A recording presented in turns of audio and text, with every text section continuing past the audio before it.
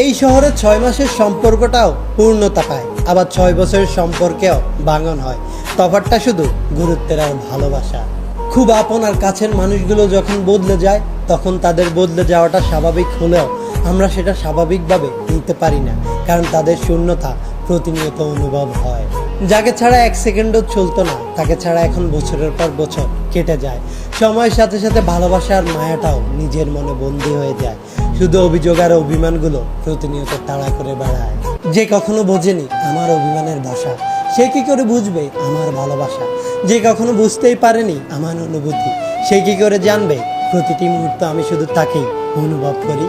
আমি প্রতিনিয়ত তার সাথে অভিমান করে তার আরও কাছে যেতে চাইতাম, কিন্তু সে আমার অভিমানের ভাষাটা না বুঝে শুধু বিচ্ছেদটাই বুঝলো। তাই তো সে আমাকে দূরে সরিয়ে দিল।